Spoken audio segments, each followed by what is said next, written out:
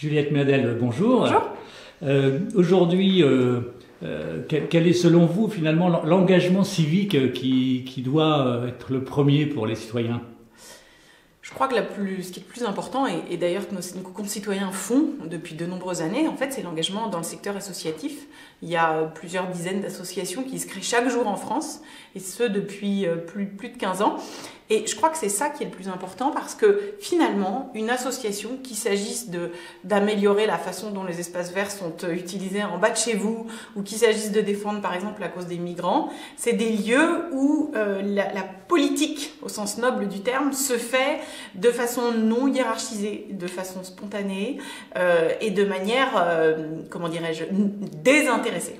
Alors ça c'est pour la vision un peu idéalisée de l'engagement civique, mais ce que je crois c'est qu'on réussit comme ça en France à faire émerger des mouvements très utiles, y compris pour les décideurs politiques, parce que en règle générale les mouvements associatifs sont ancrés dans une réalité qu'on appelle souvent la réalité de terrain et qui a le mérite d'être en lien avec des préoccupations concrètes. Ce qui participe de la cohésion sociale finalement. Ça participe de la cohésion sociale, mais surtout, ça permettrait aux décideurs politiques d'améliorer la manière dont ils gouvernent et dont ils prennent leurs décisions.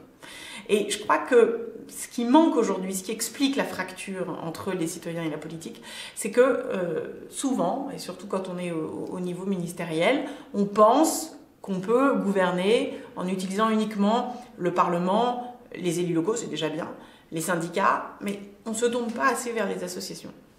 Quand j'étais secrétaire d'État à l'aide aux victimes, j'ai beaucoup travaillé avec les associations. En fait, elles ont mis en place avec moi les politiques, on les a co-construites ensemble, et j'ai trouvé que c'était finalement sur ce secteur très social qu'est l'aide aux victimes, j'ai trouvé que ça avait été très utile. D'abord, moi, ça m'a permis de comprendre assez vite quelles étaient les préoccupations, quelles étaient les attentes des victimes.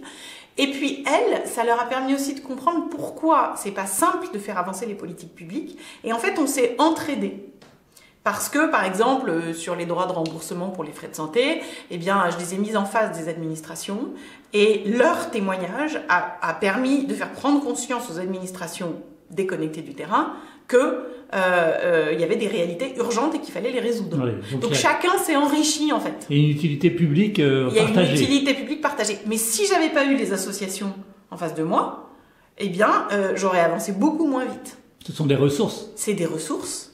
Ce sont des interlocuteurs organisés parce que, au fur et à mesure, ceux qui s'investissent dans les associations se professionnalisent et on en a besoin.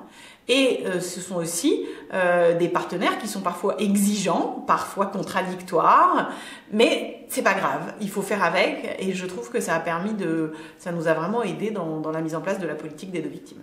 Juliette Méadel, merci beaucoup. Merci.